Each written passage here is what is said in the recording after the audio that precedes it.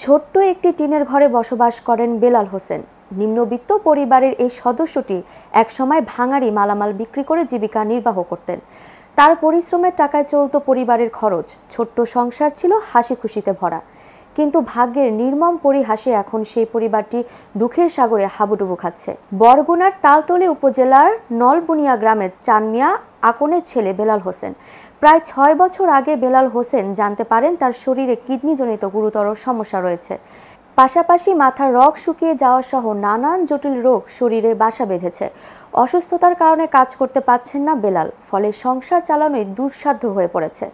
চিকিৎসার জন্য প্রয়োজন অনেক টাকা, যা তার পরিবারের পক্ষে জোগাড় করা সম্ভব নয়। বেলালের পরিবার তাকে সুস্থ করে তুলতে সর্বোচ্চ চেষ্টা করে যাচ্ছে, কিন্তু অর্থের অভাবে তার চিকিৎসা ব্যাহত হচ্ছে।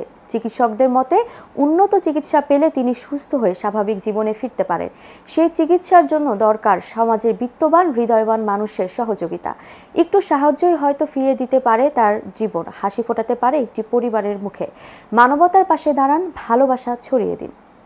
বর্তমানে সমস্যা এই কিডনির সমস্যা আর ব্রেনের সমস্যা, মাথার রগ শুকিয়ে গেছে। সহযোগিতা চাই। এখন টাকার জন্য চিকিৎসা বাবদ বন্ধ আর কি।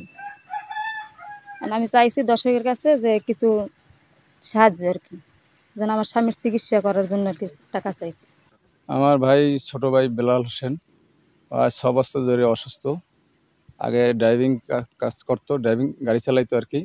তাই এখন সে অনেক অসুস্থ হয়ে পড়ছে, মাথার নার্ভ শুকিয়ে গেছে, প্লাস 2টা কিডনি ড্যামেজ। তাই যাবৎ আমরা চিকিৎসা বাধা যতটুকু সম্ভব করাইছি, পারছি।